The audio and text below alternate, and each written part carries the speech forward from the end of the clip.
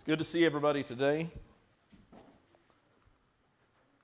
Before we begin our lesson, I neglected to let Nathan know to pray for my Aunt Joyce, which is Granny's sister.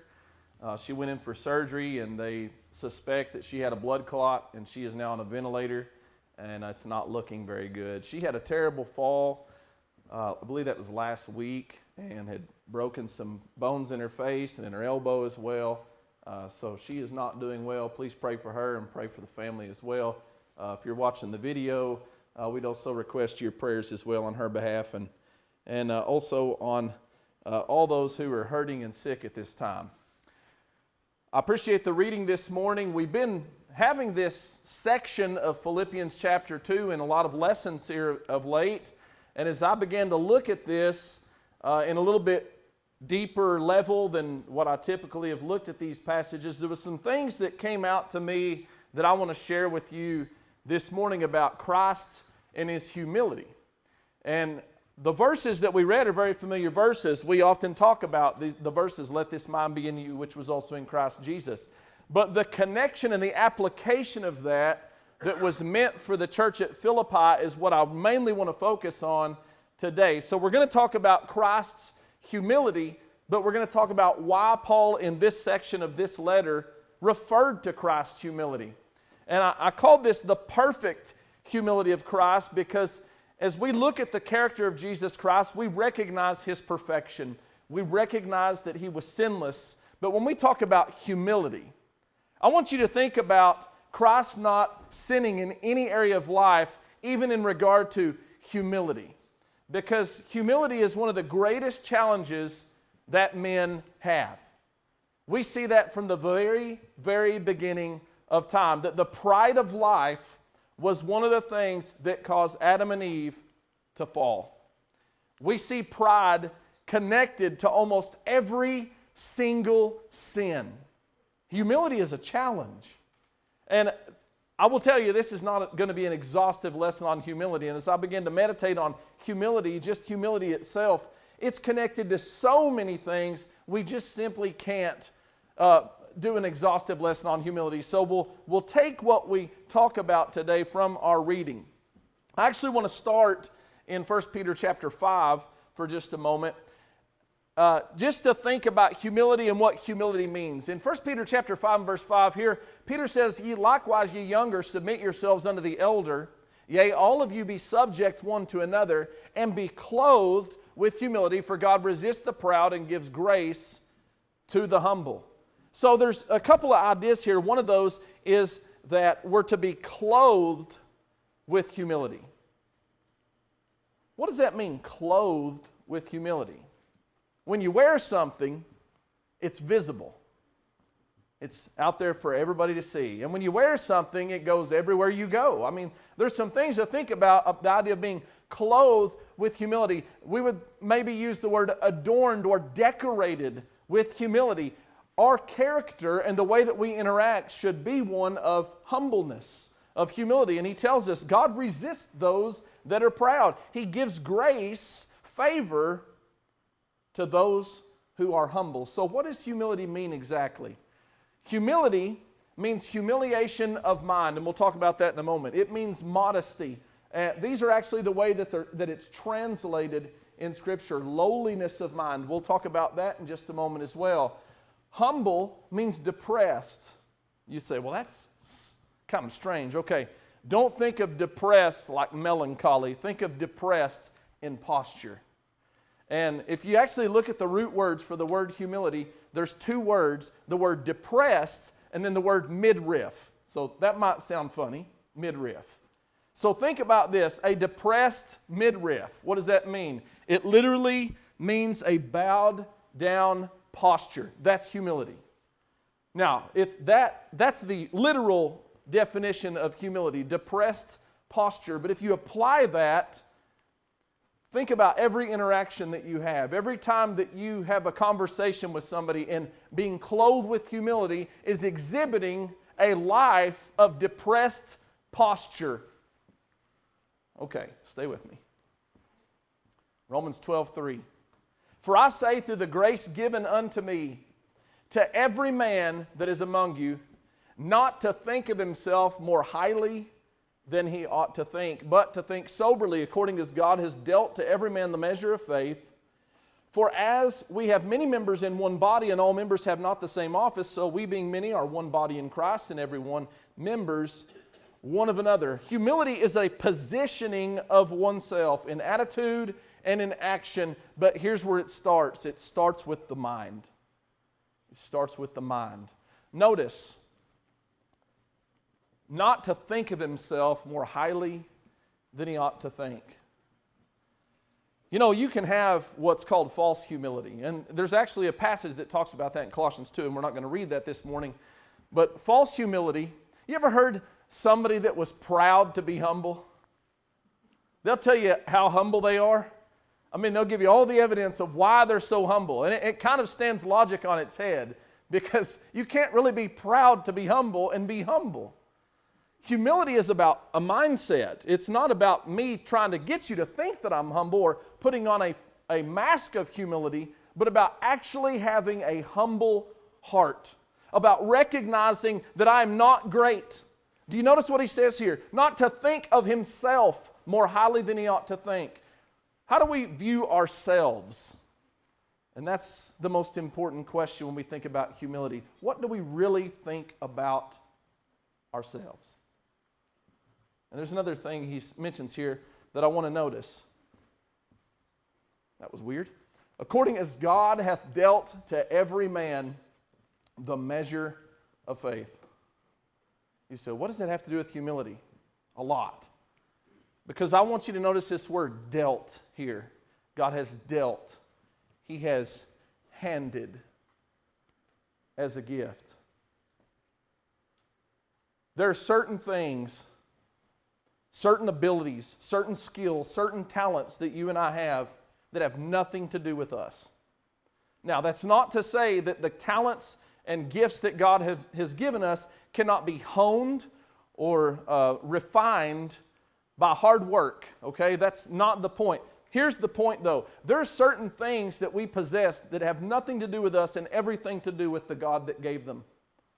I did not choose to be born in America. I did not choose to be born in Texas. I did not choose the amount of wealth that my parents possessed as I was growing up in the home situation that I was in. I didn't choose that. People don't choose how their parents interact with them often. There's a lot of things. People don't choose their intellect for that matter. And you say, well, you know, people can I'm not talking about education. I'm talking about your ability to look at something and your mind's cognitive ability to discern something. Most of us don't have anything to do with that. And my point is this, to look at other people and look at certain things that have nothing to do with them and judge them because of that and think that I am better than them is because I haven't recognized God is the giver of all good things. And I am nothing. I'm nothing. So to our reading, Philippians chapter 2, verse 3, and we're going to break some of this down. Paul says, let nothing be done through selfish ambition or conceit, but in lowliness of mind, let each esteem others better than himself. So these two words that are translated, selfish ambition and conceit. Selfish ambition is exactly what it sounds like. It's when somebody is more concerned about their own agenda and their own ambitions than they are anything else. It's a very self-absorbed type of lifestyle. The word conceit literally means self-esteem. And the word self-esteem, literally defined, means to have a high opinion of one's own self. And I want us to look at that for a moment because he paints us a very good contrast when he says, don't do things that are according to your own interest, selfish ambition. And don't esteem yourself greater than others, but in lowliness of mind. That's humility. Lowliness of mind. He says, let each esteem others better. That's the heart of humility right there. What's the word esteem mean? It means to deem or to reckon or to consider. So, again, it's about the mind and it's about perception. I look at you, and what does Paul say we need to do? I need to look at you and not think I'm better than you, but think you are better than me. It's kind of hard to do, isn't it? This isn't about judging character. Look at the next part. Let each of you look out not only for his own interests. This is about me looking at you and assessing a value. And I assess to you a greater value than I do for myself. That is humility. So he says, let this mind be in you which is in Christ Jesus. Why? Because he started with the mind. It's about esteeming one another. Let this mind be in you. What kind of mind did Jesus have? What kind of mind of humility, if you will, did Jesus have? And he's going to tell us. Who being in the form of God did not consider. And that word consider is the same Greek word we just read in this verse that was translated esteem. It's the same Greek word. I don't know why they translated it different ways. It means the exact same thing. Jesus did not esteem himself, okay, anything different than being equal with God. So, let's think about us for a minute. We look in the mirror, we make an estimation, we esteem our level of greatness. What did Jesus see when he looked in the mirror? He saw himself equal as God. But he denied himself of what he knew to be true. He, being in the form of God, did not think it robbery to be equal with God. But you know what he did? He emptied himself. And you say, that's a strange translation of that word. We typically hear the word made himself of no reputation. Well, the word reputation is not in the Greek. It's a translation of the word. I think it's a decent translation. But the literal translation of the Greek word that's used is to make empty. It's often translated vain. It's also translated in a way that gives the idea of something being completely useless. Jesus emptied himself of what? The honor and glory that he had. He was in the form of God, and he emptied himself of that glory to do what? To take upon a different form. The form of a bond servant. And being found, he says, in appearance as a man, he humbled himself and became obedient even to the point of death. There's an enemy of humility today. It's not just pride. There's a movement that is coming through, an intellectual movement, if you will. It's one of those things that sweeps through. It's a worldly idea, and it starts trending, and people begin to buy into this. And I'm telling you, God's people are buying into this, and it's very dangerous. And it's the doctrine of self-love. And I want to talk about self-love for just a moment. These are actually quotes that I took that are from the self-love movement. And I'm going to read those to you just in case you can't see them in the back. This one up in the top left corner says, the more we love ourselves, the more we blossom into the greatest version of ourselves. Self-love is the most important kind of love. Loving yourself will work miracles in your life. Loving yourself isn't vanity, it is sanity. And then this one right in the middle, which is kind of the mantra, first love yourselves, others will come next. I don't want anybody to confuse self-love with self-care. It's not the same thing. You need to take care of yourself. You need to take care of yourself. Jesus even taught that. He even taught the disciples that when they were just overwhelmed by the crowds and didn't have any time, he said, let's go aside into a desert place and rest a while, because you don't even have time to eat. And they didn't get a chance to do that. They went into a desert place that to hear the multitude showed up again. But it's not about self-care, but it's about self-centeredness. And I sympathize with anybody who looks at this and finds it to be a very attractive thing, because the extreme of this is self-hatred and self-deprecation. And that's not at all what the Bible teaches. It never teaches us to loathe ourselves or to deprecate ourselves, to abuse our own self, if you will. But the question is, why does it have to be one or the other, either self-love or self-hate? It's not about that, but what it is this. I want us to look at 2 Timothy and look at the biblical idea of self-love for just a moment. 2 Timothy chapter 3, But realize this, that in the last days difficult times will come. For men will be lovers of self, lovers of money, boastful, arrogant, revilers, disobedient to parents, ungrateful, unholy, unloving, irreconcilable, malicious, gossips, without self-control, brutal, haters of God. You say, well, why was it necessary to read all those things? I saw where it said lovers of self. I read all those things because I want you to see all those things are painted in a negative and sinful light. None of them are spoken of positively here. And one of those things he talks about is lovers of self. That's the only time that the Bible talks about self-love specifically. And it's in this list of all these other things that Paul says are going to be detrimental to people. Self-love.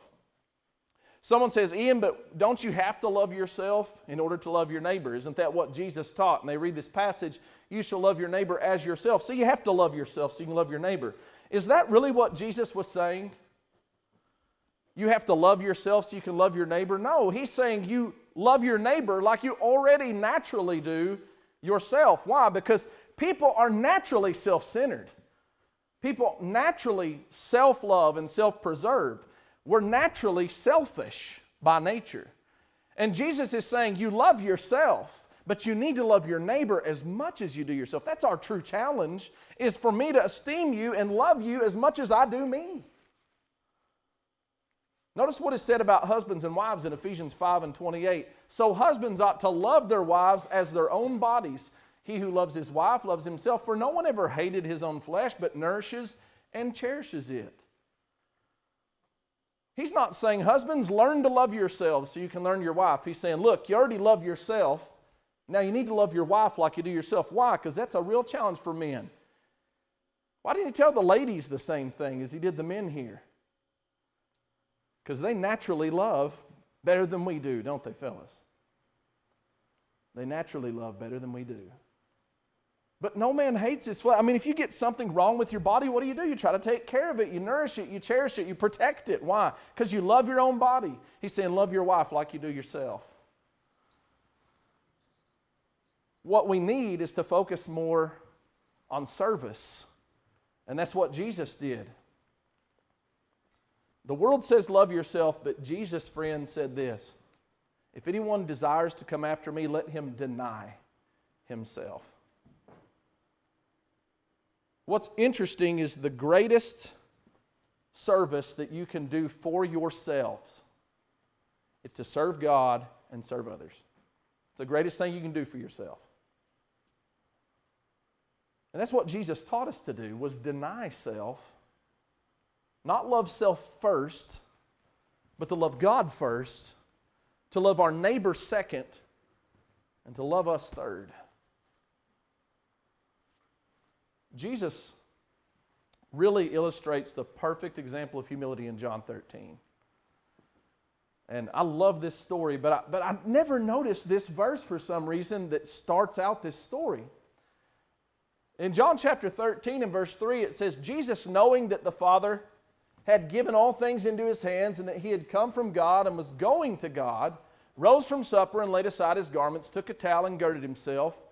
After that, he poured water into a basin and began to wash the disciples' feet and to wipe them with the towel which with he was girded.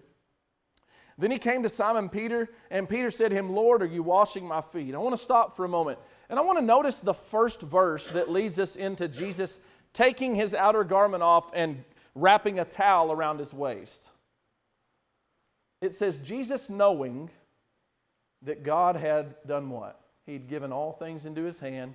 He knew he had come from God and knew he was going to God. That's interesting, isn't it? Jesus, again, when he was in the form of God, did not consider it robbery to be equal with God. But now, he's got up from supper, and he's never done this before. They've never seen this. Jesus gets up from supper, and he takes off his outer garment. They typically wore two garments. And he takes a towel, and he wraps it around his waist, and he begins to go around to his disciples and take this basin of water that he filled and begins to wash their feet with a towel. You ever really think about that? You know, your feet are fine. They're your feet. You can wash them, right? Feet are kind of undesirable to people, but you know, if you think about us today and the level of hygiene and comfort that we have, most people's feet are really clean. I mean, not only do we have soap and showers, we've got a fresh pair of socks we can wear every day and, you know, clean shoes. So if you took your sock off today and I washed your foot, it probably wouldn't be that unpleasant of an experience. And I'm sorry to be a little bit graphic, but I'm going to be a little bit graphic so you understand where Jesus is at right now. They did not have toilets back then, and they wore sandals. Yeah. And Jesus is on the floor, on his knees, at the feet of the disciples, washing their disgusting feet. This is something that slaves did. This was bondservant work. And Peter is not saying, Lord, are you washing my feet, while he's washing his feet to make sure that's what's going on. What he's saying is, are you going to wash my feet? Are you going to wash my feet? And here's what Jesus said. What I'm doing, you do not understand now, but you will know after this. Peter said to him, you will never wash my feet. That's how I know he wasn't washing Peter's feet, because Peter said, you're not going to wash my feet. Now, I've heard Peter described by many people as ready, fire, aim. You get that? I'll say it again. Ready, fire, aim. That was Peter's mouth a lot, and rightly so. But really, his intentions are good here.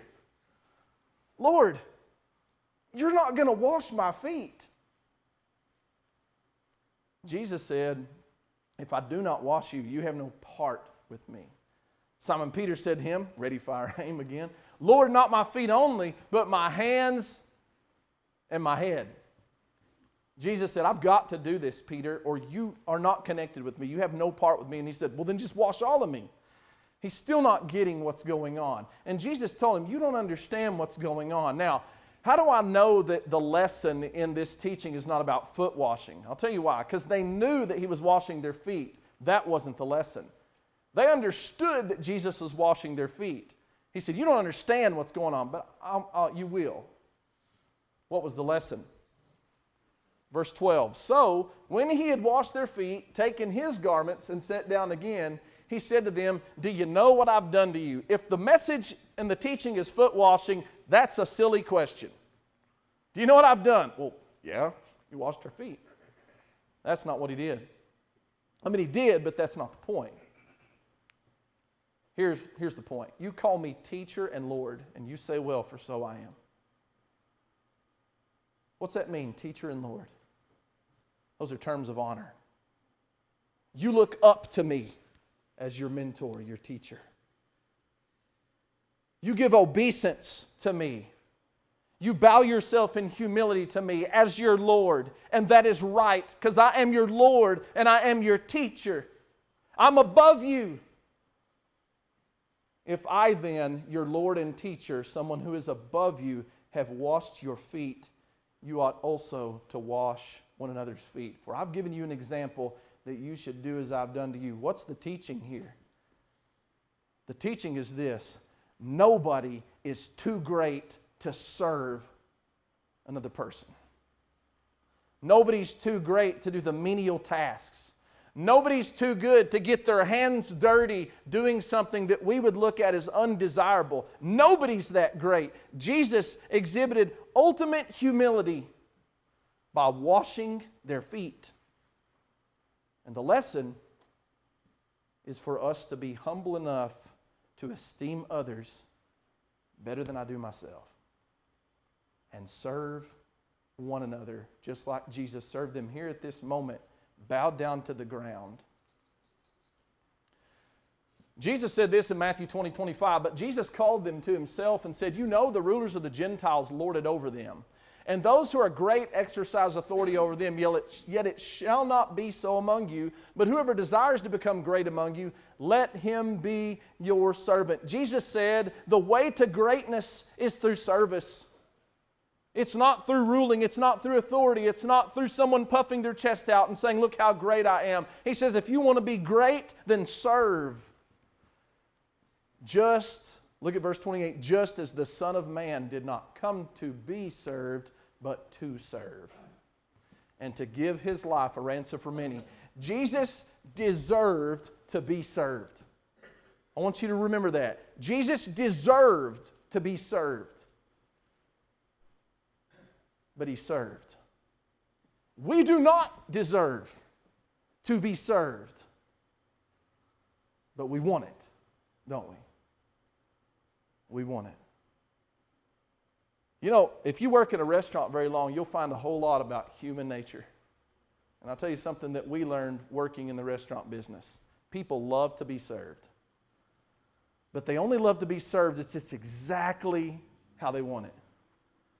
Because you can do a very good job but mess up one tiny little detail and they will bite your head off. And I'll tell you, that whole esteem others better than yourself, it flies away with the wind. You know what's sad though?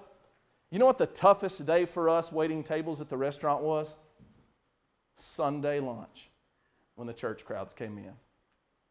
They were the rudest, most entitled people that we ever dealt with. And that's sad. Because they left church, and I'll tell you what they didn't feel. They didn't feel humbled. They felt better than you. And if that's what we're getting out of this, we walk out those doors so we can feel better than everybody else, we miss the point. We miss the point.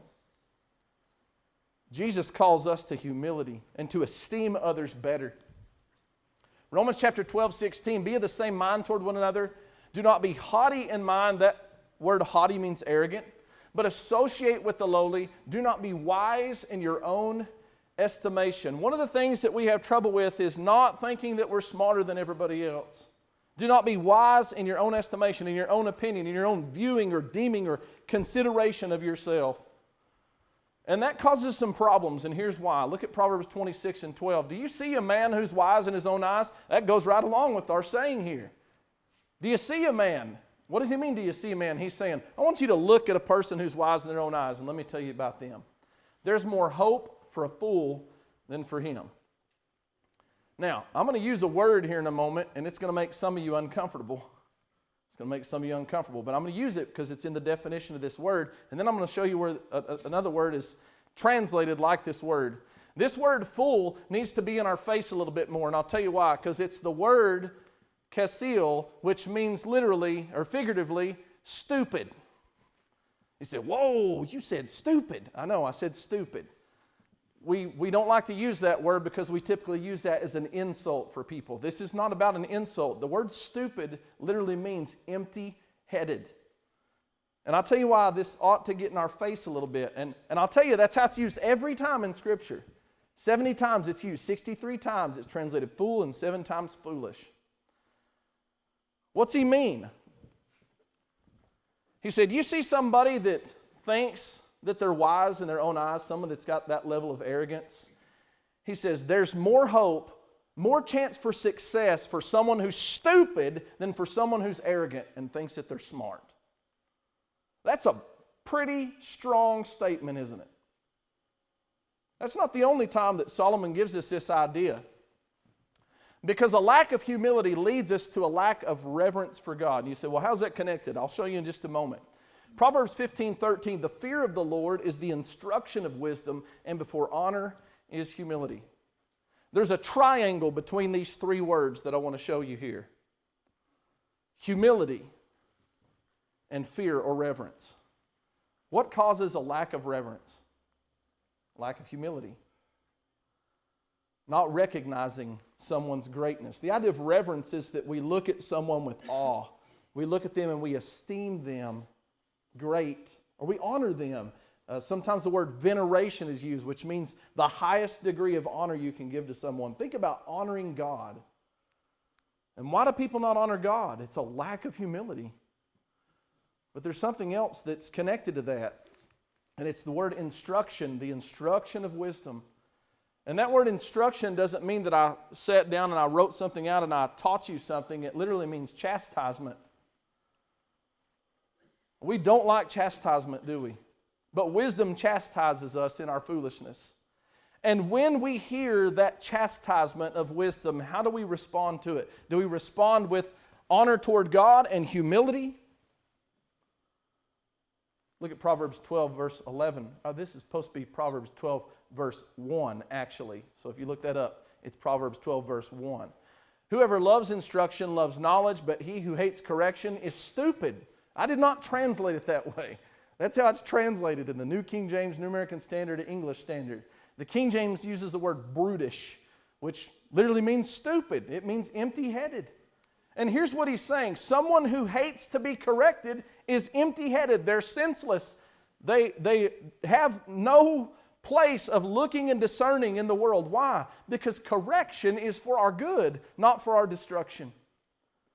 And I want you to think about Jesus in His humility and His suffering. Jesus was chastised, and He did not deserve it.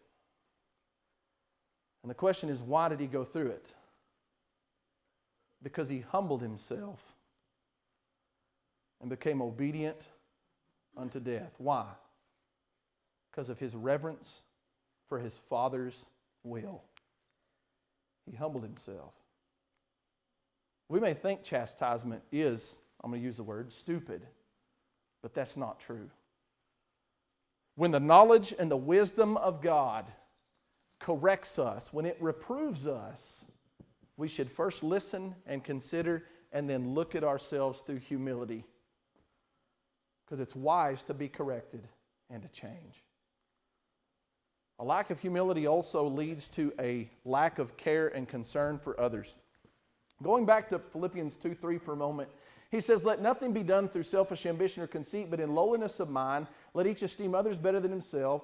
Let each of you look out not only for his own interest, but also for the interest of others." Do you see how these things are all married together? That when I esteem you better than me, it moves me to serve.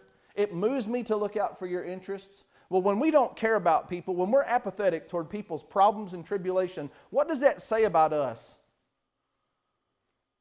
We've got a lack of humility. You ever heard somebody say, "Well, I can't do that. My time's too valuable"? What makes your time more valuable than someone else's? Well, I got an important job, or I got an important role, okay. Was Jesus' time valuable? You know, He only had around 30 years on this earth. That's not a whole lot of time to do a lot, even though He was able to impact the world greater than any other person who ever lived. But His time was valuable, was it not? You think about Jesus having Jairus come up to Him and say, "My daughter is dying. Please come to my house." And Jesus leaves and goes with Jairus. And on the way, this woman that had an issue of blood for several years touches Jesus, and He stops and says, "Who touched me?" And they said, "Don't you see the multitude? You're saying, 'Who touched me?'" He knew who touched Him. Can you imagine being Jairus in this situation? And Jesus stops to have this conversation with this woman while your daughter's dying? His time was valuable. But Jesus had it all under control. He knew where He was going. He didn't forget about Jairus' daughter. He knew that when He got there, He was going to take care of business. But He stopped. And He gave attention to somebody who no one else would ever give attention to, because everybody else looked at her and said, "You're not good enough. You're unclean." Because people lost their care and their concern. Why do you think the Pharisees acted and behaved the way that they did? Jesus pointed out over and over, they were prideful people who would devour a widow's house and bind heavy burdens on men, but wouldn't so much as try to lift one of those burdens with one of their fingers. You know why? Because they were great in their own eyes. I've used this passage quite a bit lately, so I apologize for that, but it's just such a good passage. And especially in regard to what we're talking about. You think about Paul here saying, "I will very gladly spend and be spent for your souls, though the more abundantly I love you, the less I'm loved. This is the attitude of a man of humility who says, I will empty myself. Just like Christ, I will empty myself. Even if you don't care. Even if you don't appreciate it. Even if you don't love me back. I will empty myself. You know why? Because it's not about me. And it's not about what you give me. It's what I can give you. That's humility. It's not about the return on our investment. We don't serve to be served. We don't serve so someone serves us. That's not what it's about. Jesus said, if you love those who loved you, how are you better than the world? You love somebody because you're Jesus Christ. And Jesus Christ loved us so much, He humbled Himself to the point of death. And we should humble ourselves and serve no matter whether people love us or not.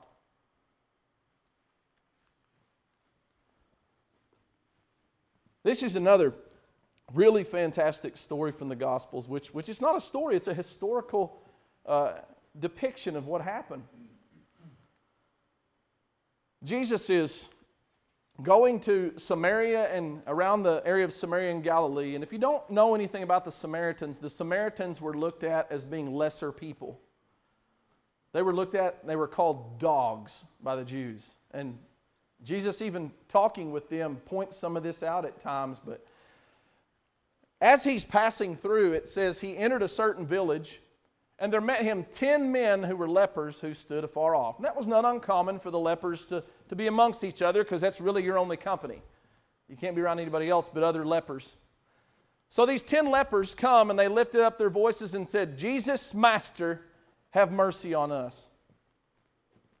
And Jesus doesn't heal them immediately. He doesn't say, I will, be thou cleansed. You know, He did that at times with lepers. In fact, He touched one of the lepers, which was something everybody would have freaked out about. But He doesn't do that here. He doesn't heal them immediately. It says when, let's see, did I skip a verse? I'm missing a verse there. We're going to move on anyway.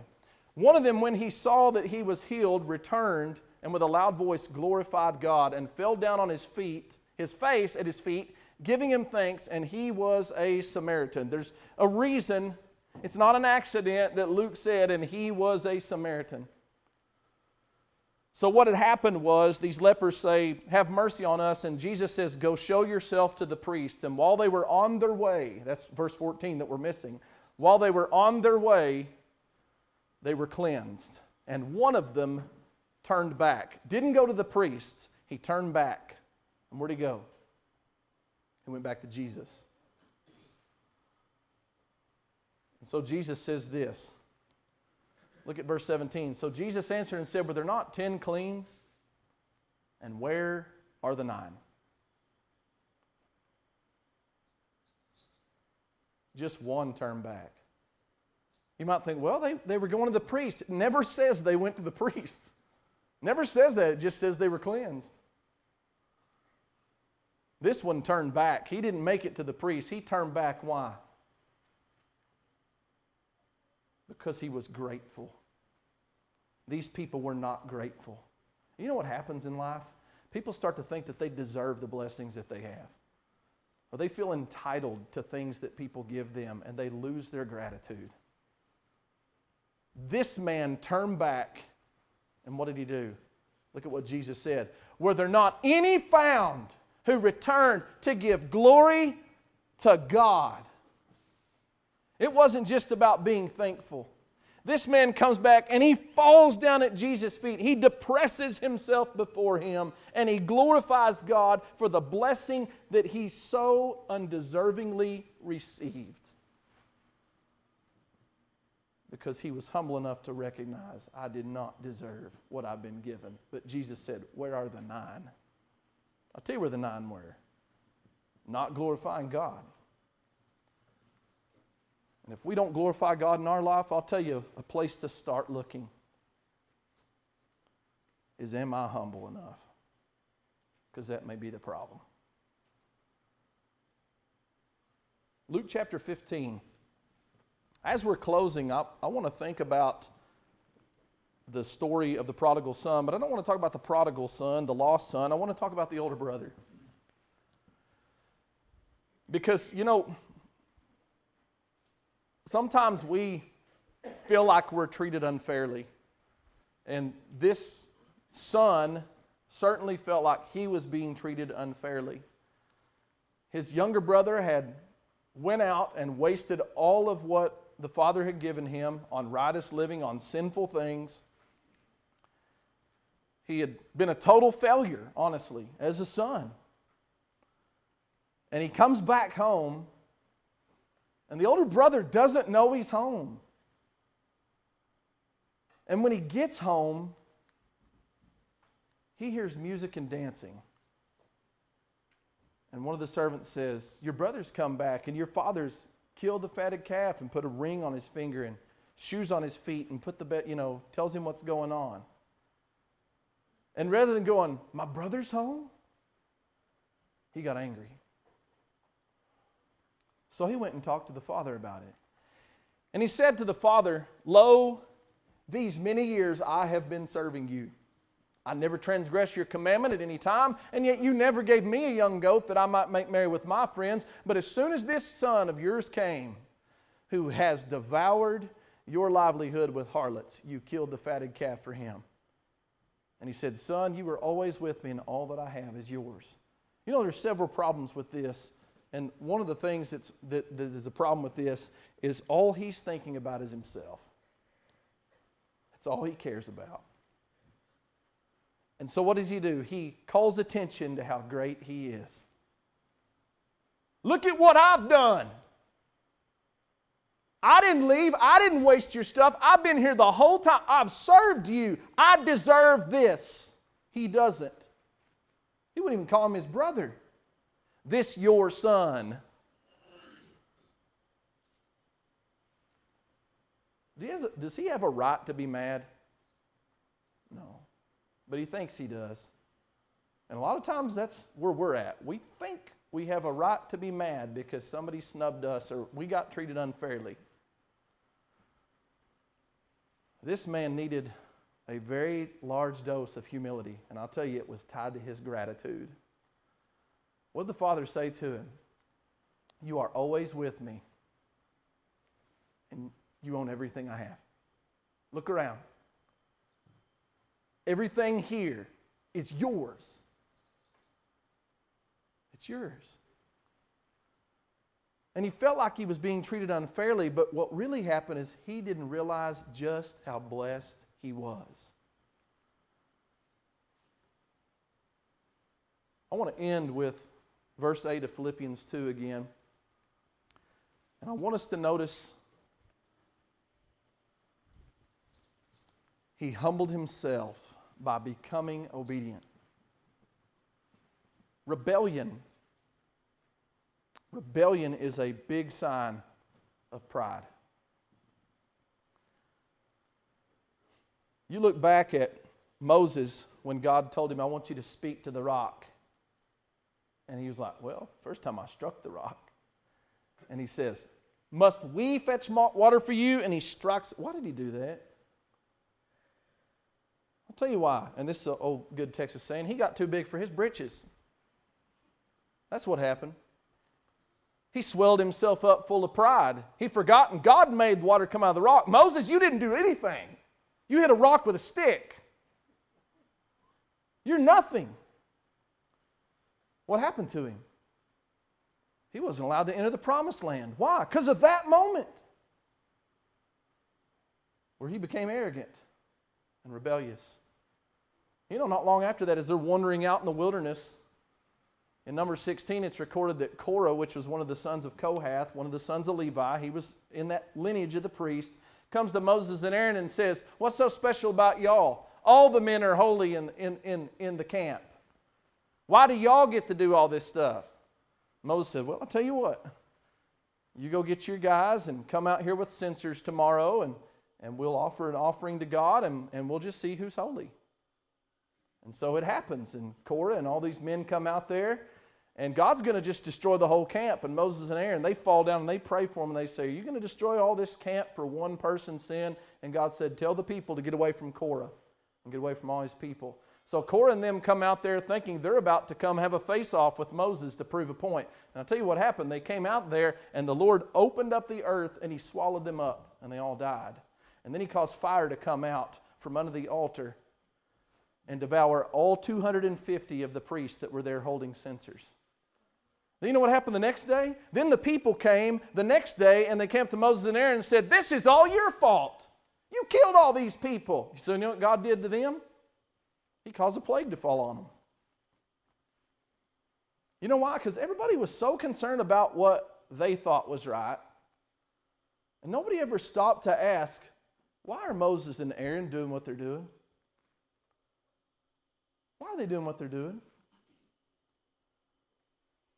Nobody ever stopped to ask that. Nobody ever stopped to ask, what is God's will? They were just angry because they had lifted themselves up and they were being prideful.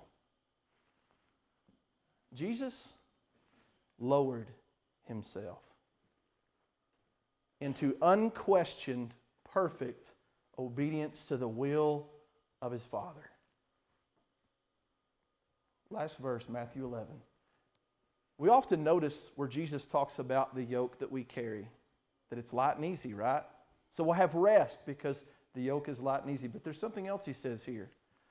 He doesn't just say that his yoke is easy. He says, take my yoke upon you and learn from me, for I am gentle and humble in heart. And you will find rest for your souls. It's not just about taking a different yoke, is it? Jesus said, you want rest for your souls? You want to have peace in life? You want to be happy? You need to adopt the mind of Jesus Christ. Not a mind that tries to elevate yourself, but a mind that recognizes who we truly are and humbles ourselves toward God and toward one another. Friends, today, God is waiting for you. If you have something wrong in your life, God is near to a contrite heart, a humble heart, to a broken spirit. God appreciates and regards humility, and He blesses those that come to Him in humility. So if you need the Lord this morning, we ask that you would come have a seat on the front as we stand and we sing the song that has been selected.